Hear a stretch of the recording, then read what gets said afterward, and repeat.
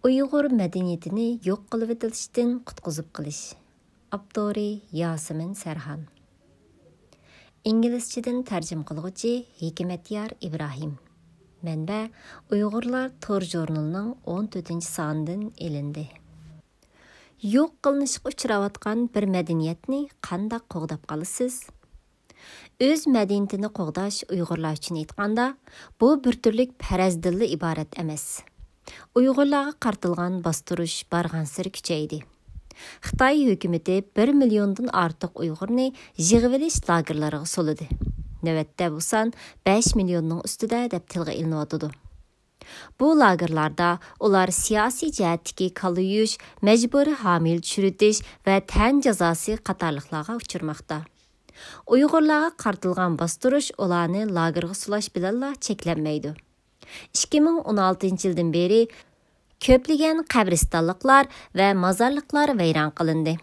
Sharqi Turkistondagi maktablarda Uyg'ur tili cheklanib, uning o'rnini Xitoycha oldi. Islom diniga amal qilish Uyg'urlarning e'tiqodi oshqunlikning belgisi deb qaralib cheklandi. Beijing o'zining bu harakatlarini terrorizmning, bo'lginchilikning va oshqunlikning yiltizini quritish deb sifatlaydi. Biroq Xitoyning Sharqi Turkistonda qilayotgan harakatlarning muddaosi aniq bo'lsa-mu, Uyg'urlarni xitoylashtirishdan iborat. Bu Uyg'urlarning madaniyat va diniy kimligini yo'q qilishdan derak berdi. Sharqi Turkistonda yuz berayotgani madaniyat qirg'inchiligidir. Sharqi Turkistonda yuz berayotgani irqiy qirg'inchilikdir. Hatto chet elda yashayotgan Uyg'urlarga buning ta'siri nihoyat zo'r bo'ldi. Ularning majburiyati o'z yurtida yuz berayotganlar to'g'riliq hushyorlikni o'stirish bilanla cheklanmaydi. Nurg'unlagan Uyg'urlar o'zi va oilasi uchun ko'plagan badallarni to'ladi. Uyg'urlarning tili, yemak-ichmaklari, san'ati va urf-odatlari yo'q qilinsa, dunyo nimani yo'qotadiganligini uyoqtirsin, navbatda Uyg'urlarning kimligini Uyg'urlar yashayotgan davlatlardagi intayin oz kishilar biladi. Uyg'urlarning o'z madaniyatini qo'g'dishning amaliyotda qandaq ijro qilinayotganligini tushunish uchun Angliya, Fransiya, Turkiya va Amerika qatorliq davlatlarda yashayotgan 7 Uyg'ur bilan suhbat o'tkazdim. Men ziyorat qilganlar oshpaz, shoir, naqshchi, kino rejissyori, til o'qituvchisi qatorliqlar bo'ldi. Ularning hammasi Uyg'ur madaniyatini qo'g'dashga har xil usullar bilan to'p qo'shayotgan edi. Həmməyilən öz miraslarının kəlgüsü əvladlarga oluşishni kapalatga qilishda aktiv canlıqqa ega idi. Ulardan heç biri əgər məğlub bolsa, qandaq bir tragediya bilan yüzləşdiganligi to'g'riliq bir narsa deyilmaydi. Növətdə Uyg'urlar nihoyatda og'ir psixikalik besim ichida. Biz kechalari uxlay olmaymiz, dedi Washingtondagi Uyg'ur kishilik huquq projektining direktori Ömer Qanat. 2017 yılı aprelga qadar Mərkəzi Asiyada yaşaydigan kişilərdən başqalarının Uyğurlar to'g'riliq ma'lumotga ega bo'lganlari yo'q deyarlik edi. Sharqi Turkistonda 11 milyon Uyğur. Avtorning bu ma'lumoti xato. Chet elda taxminan 1 milyondek Uyğur yashaydi. Chet eldagi Uyg'urlarning ko'pi Qozog'iston, O'zbekiston va Turkiyaga tarqalgan. Amerikada və Avropada Uyğurlarning nisbati yuqorqi davlatlardagi Uyğurlarning nisbatiga qaraganda bəkli az nisbatni tashkil qiladi. Uyğurlarning Xitoy davlati tarafidan uchirgan ziyonkashliklar to'g'risidagi xabarlar 2017 yilning oxirigacha xalqaro keng jamoatchilikka yetib kelmagan edi.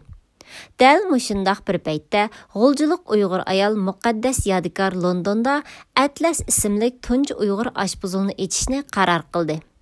Magzillar, qimarxonalar, qahvaxonalar qatorliqlar joylashgan Shimoliy Londonning Avat ko'chasidan o'rin olgan Atlas oshpazxonasi atrofidagi nurg'ulg'an do'kon saroylardan farqli manzara yaratgan. Bizning tamoqlarimiz xilma-xil, turi bek ko'p. Muqaddas menga bir yakshanba kuni tushdan keyin choy ichib o'ltirganimizda shundoq dedi. Uyg'ur taomlarining Angliya tamoq sahnasida bo'lmasligi uni yo'ldoshi Abdukim Rahmon bilan birlikda oshpazxona ochishga ilhomlantirdi. Oshxona ochilgan vaqtda asosliqi milliy xaridorlarni kutib oldi. Bundaq bo'lishda angliyaliklar Uyg'ur taomlari bilan tanishliq emas edi. Keyin ahvolda o'zgarish bo'ldi. Hozir bizning xaridorlarimizning ko'p sonliqi angliyaliklar, deydi muqaddas. O öz tamoqlarining Angliyadagi musulmonlarni jalb qilganligini, Buningdagi sababning ularning halal tamoq tepishi qiyinganға to'xtaydiganligidan bo'lganligini aytdi.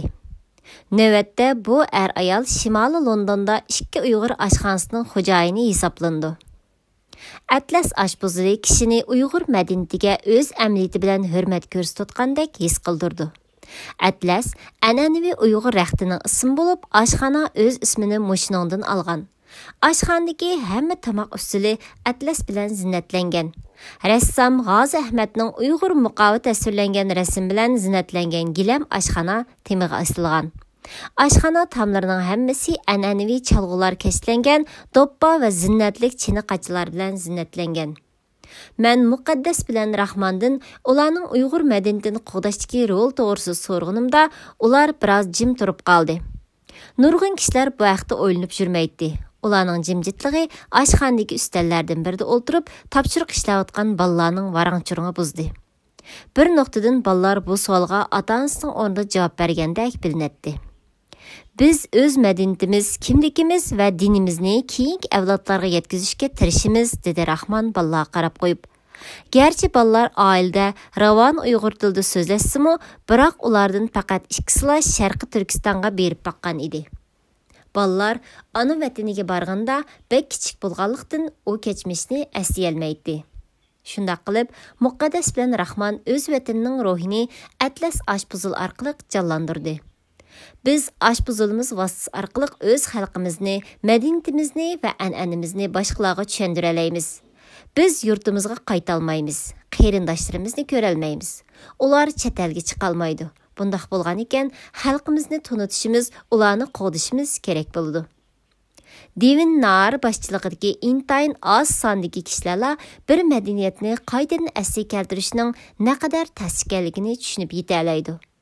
Tarixshunos va Washington Universitetidagi Sfardik yahudilari, Ispaniya, Gollandiya yahudilari tadqiqot professori Devin Nar Sfardik yahudilarining yutib ketgan dunyosini asli keltirish va uni qo'g'dash ustida izlangan. Onun bu haqdagi izlanishi u universitetda o'qiyotganda boshlangan. Onun bu temaga qiziqishi uning oila orqa ko'rinishidan kelgan. U buni bir qiyin tema deb qaraydi. Sfardik yahudilari yashagan yerlar Gretsiyaning Salonika'dan boshlanib, navbatda o'zi o'ltiraqlashgan Siyatligacha tutishidi. 15-asrning oxirlarigacha İbre yerim oroli dunyodagi eng chong yahudi jamoatchilik to'plashgan rayonlardan biri edi. 1992-yili Ispaniya o'z zimindagi yahudi xalqiga o'zgarish, ayrilish yoki o'ltirilishdan iborat shart qo'ydi. Necha yuz minglagan Sfardik yahudilari Portugaliya, Italiya va Gollandiya qatorliq joylarga surgun qilindi. Narning ajdodlariga o'xshash boshqa yahudilar bo'lsa, Osman imperiyasini panoh tortib yo'l oldi. Ular uyda grekchimi, turkchimi so'zlamasdan o'zlari ispancha deb ataydigan bir tilda so'zlaydi. Nar manga Salonikadagi ajdodlar to'g'riliq mushundaq dedi. Aslida boshqa Sfardik yahudiylarga o'xshash ular ispanchaning Ladiano deb atiladigan bir asrlik kona variantida so'zlaydi ekan. Bu tilda İbrani yezigi qo'llanilgan. Amerikada cho'ng bo'lgan non Sfardik yahudiylarining tarixi va madaniyatiga oid uchurlarni bek oz uchirdi. Ba'zi kitoblarda faqatla Osmaniylar imperiyasining oxirgi davridagi bat asti izohatlarda topilganligini bayqaydi. Halbuki Yahudilar assimilyatsiya va qirg'inchilik uchirgan bo'lib, Nar Salonika Yahudilaridan 10 minglagan kishining o'lganligini aytdi. U mundaq deydi: Biz ko'rinmaydik, biz bayonlarda tilga ilinmaydik. Nar Sfardik Yahudilari haqida ba'zi manbalarga ega edi. Uning tog'asining 1935-yilda yozilgan bir yurish xatlari bor bo'lib, xatchaklar Ladianocha yozilgan. Bu xatlarga yozilganlarning nimalar ekanligini bilish uchun oqibatda Nan bu yoziqni o'rganib chiqqan. Hatto uning oilasining azobliq tarixi yozilgan edi. Ajdodlarining Ikkinchi dunyo urushi yuqori pallaga chiqqan mezgilda Amerikaga viza iltimos qilishi va rad qilinganligi. Poyizga silinib yahudilarni qiradigan Auschwitz lageriga elib berilganligi to'g'riliq tafsiliy vaqaliklar mavjud edi. Men bu hikoyalarga kirishganimda bir ish qilish kerakligimni hissiyotda bo'latdim. Men bu dunyoga texmi cho'nqur cho'kishim kerak edi, deydi Nar. Narning iznişi Salonika, Yerusalim, Moskva ve New York qatarlıq joylargacha kengayib, Sfardik yahudilerinin tarixi to'g'risidagi bir kitob bilan natijalendi. Biroq Sfardik madaniyatini tildirish to'g'risidagi tirishchanlik texi ko'zlangandan ko'p yiroqda. Kunimizda dunyoda 60 ming bilan 400 ming orasida ladino tilda so'zlaydiganlar bor deb qaraldi. Ularning intayin az qismi bu tilni kichkidan boshlab so'zlay oladi. Ularning hech biri bu tilda mustaqil shaklda so'zlashmaydi deb faraz qilindi. Hatto dunyodagi eng oxirgi ladino tilda chiqadigan gazet hisoblangan Subhi gazetimi latin harfida nashr qilingan. Gerçi yaqinqi mezgillarda bu tilni qo'g'dash uchun ba'zi tirishchanliklar bo'layotgan bo'lsa-mu, 2018-yili İspaniya ladino tilini ispan tiliga tavadab Avstraliyada ladino akademiyasini qurishni qaror qilgan bo'lsa-mu, u yanala yo'qolish xavf ostidagi til deb qaralmoqda. Sfardik yahudilarining nazarida ularning tilining yo'qolishi ajdodlarining yerlik tilining yo'q bo'lishidan cho'ng ma'noga ega ekan. Bu tilning yo'qolishi boy ladino adabiyotidan mahrum qilishdan derak beradi. Nam Washington Universiteti bilan hamkorlashib, ladino adabiyotiga oid necha yuz ming bat hajmdagi amgakni to'plab, dunyodagi tunji ladino kutubxonasi sifatida raqamlashtirib chiqdi. Ladino tilining yo'qolishi, ya'ni hikoya, ko'z qarash va tafakkur usulining yo'q bo'lishini ko'rsatadi. Tilda tashkillash aloyligi bo'lmasa, uning yo'qotilganlari haqiqatan nurg'un bo'ladi, deydi Nam.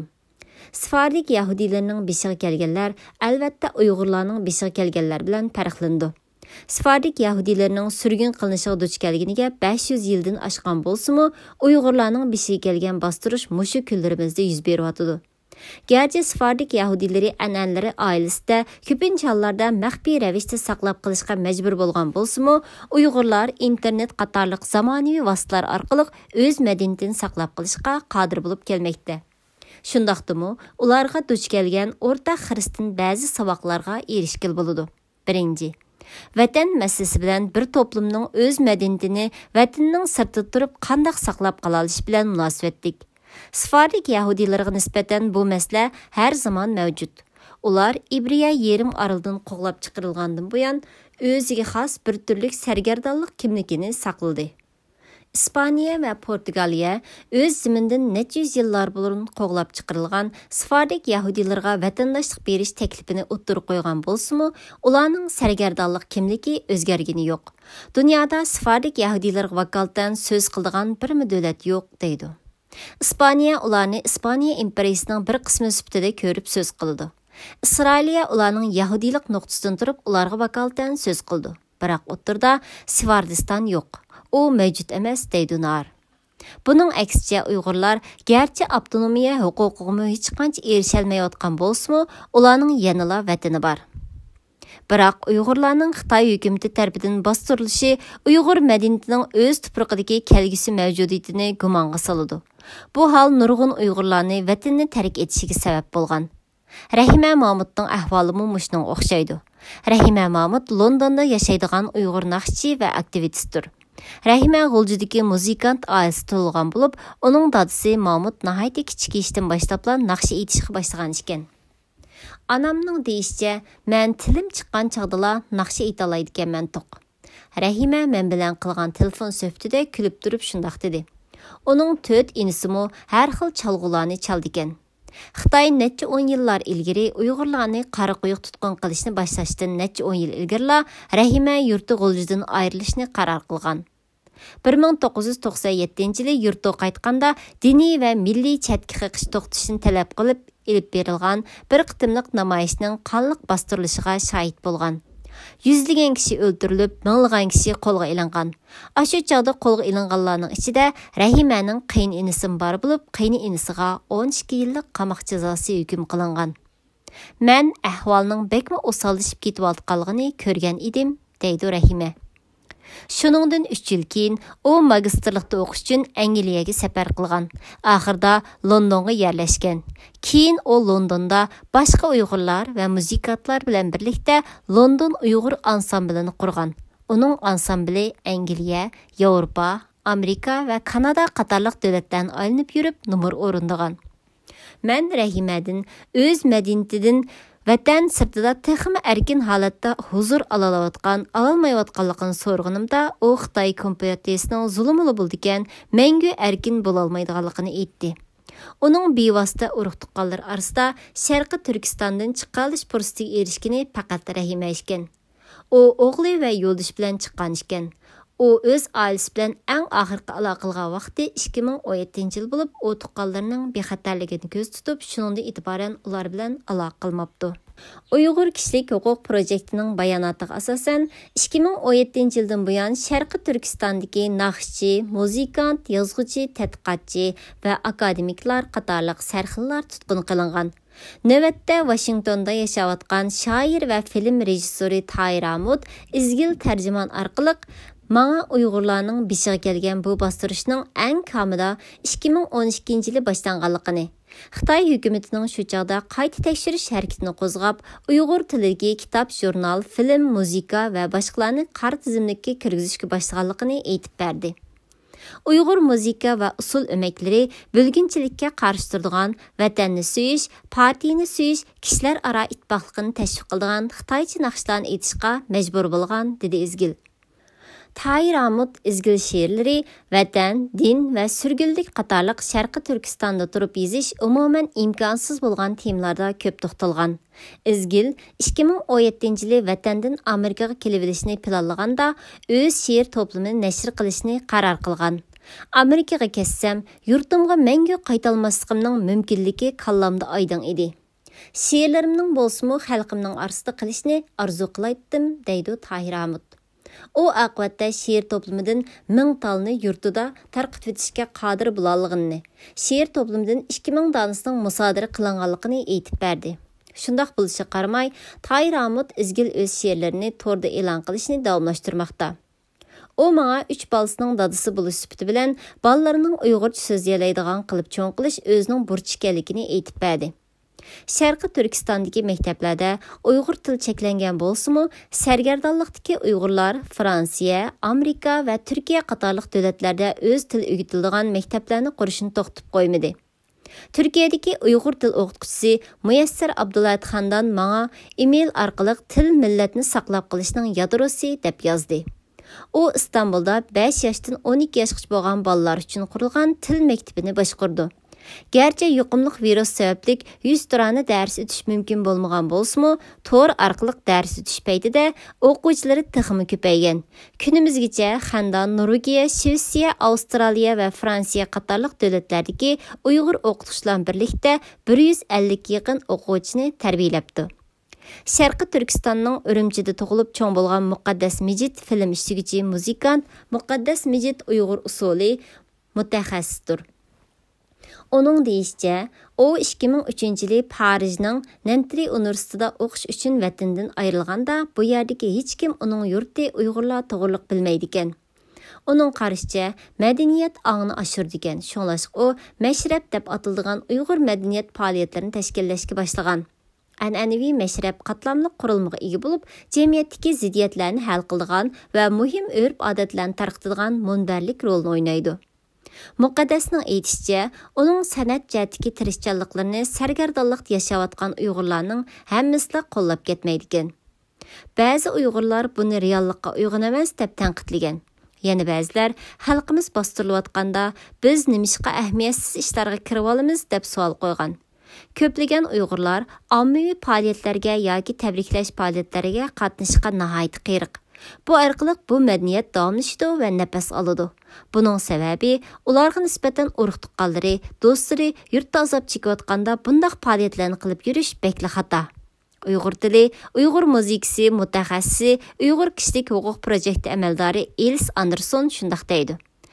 Bu ishlar bir-biri bilan zidlashtirib qo'yilmasligi kerak. Gerçi Sharqi Turkistondagi Uyg'urlarga nimalarning yuz berayotganligi to'g'risidagi tunishni oshirish muhim bo'lsa-mu, biroq Uyg'urlarning bostirilishining o'zla Uyg'urlarning qandaq millat ekanligini aytib berolmaydi. Uyg'urlar o'z madaniyatini ifoda qilish orqali dunyoga kim ekanligini emas, madaniyatning yo'q bo'lishiga ruxsat qilinganda nimadan mahrum qolganligi to'g'riliq dunyoga texim yaxshi tushuncha bera oladi. Мәдениет Уйғурларныңки o'xshash aktiv holatda ziyankesh qilinishga duch kelmagan taqdirdimi, ko'chish, assimilyatsiya, boshqa qo'shib o'tish orqali sabablar tufaylidan o'zgarib ketishga mohil bo'ladi. Joshua Freeman Ichki Osiyo tarixchisidir. U yana Uyg'urcha she'rlarni inglizchaga tarjima qilish bilan shug'ullandi. Joshua Urumchida 7 yil yashagan. Uning ko'zlashicha bu xildagi madaniyat shalg'utligi kunimizda yuz bermoqda ekan. Joshua mundaq deydi. Ko'plagan Uyg'urlar, bo'libmi Uyg'ur yoshlari Xitoychani ravon so'zlaydi. Ular nurg'un jihatlarda jamiyatda har ikki tilda yashay oladi. Navoda Xitoy davlatining plani Uyg'urlarni millat sifatida Xitoylarga qo'shib o'tish bo'lgan taqdirda, nurg'ulg'an Uyg'ur yoshlari buningda rol o'ynaydi. Shundaqla yosh avlodlarda bu xil qo'shib ketish yuz beryotidi.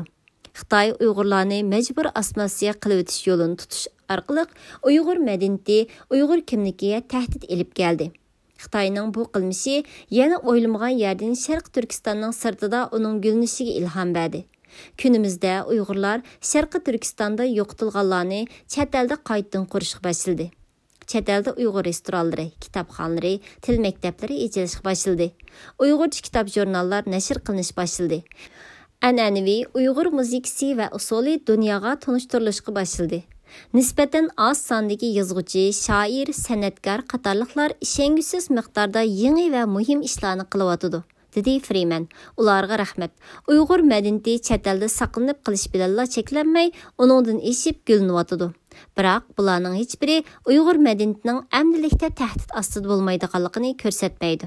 Agar Uyg'urlar o'z tili o'rgatishdan, o'z e'tiqodiga amal qilishdan yoki o'z kimligini vatanida erkin holatda ifoda qilishdan mahrum qolsa, Uyg'ur madaniyatining yimirilishi davom qiladi. Balkim bu davomlashishning natijasi Uyg'ur madaniyati asli keltirib olg'ili bo'lmagan darajada vayron bo'lishi mumkin. Shundaqdimi, men suhbatlashgan Uyg'urlarning ko'p qismi o'z madaniyatining taqdiri haqida ijobiy qarashlarda bo'ldi. Chet eldagi Uyg'urlar o'z madaniyatini saqlashga va jonlantirishga davom qilgan taqdirda Uyg'ur madaniyatining yo'q bo'lib ketmaydiganligini ifoda qilishdi. Freeman mundaq dedi.